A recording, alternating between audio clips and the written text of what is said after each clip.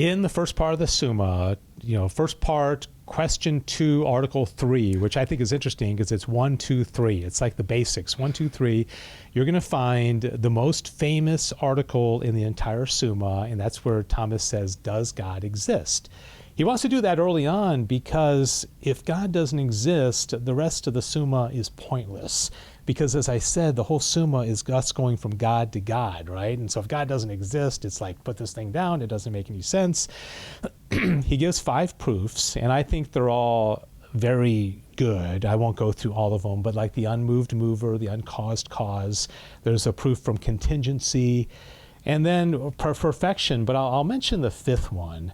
And this has to do with what we call teleology. Telos is the end, and it's governance of the world, where we see in the world that things that even lack intelligence, like let's say a spider building a web. By building a web so that it can trap insects, so that it can keep itself alive, right? Nobody thinks a spider has intellect, and nobody thinks a spider wakes up in the morning and says, okay, what am I going to do today? They just do it. We call it instinct, right? But you have to ask, well, where does instinct come from, right? Or ducks flying south for the winter, and they learn that cool little pattern, that V pattern, and everything just kind of works. The photosynthesis process, the composting process, where you take old junk and banana peels and coffee grounds, and it turns into this rich, nutrient-rich soil. Well, how is this all just kind of working? How does it all everything kind of is going towards a good end? Thomas says, well, that is because some intellect is behind all this.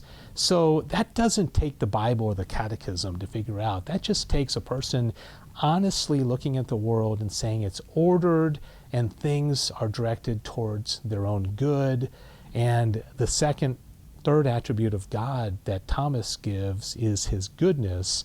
So if everything is being drawn to their individual good, and God is goodness itself, everything is being drawn to God. So that gives you a metaphysics. It gives you a big picture of the world. And once that gets into you, it doesn't matter if you're religious or not. You kind of observe that, right? Everything that we do is for good. Why do I eat? Well, for the good of my body. Why do I marry? For my good. Why? Everybody's constantly seeking the good. They're constantly seeking God. And that's kind of what the Summa is about.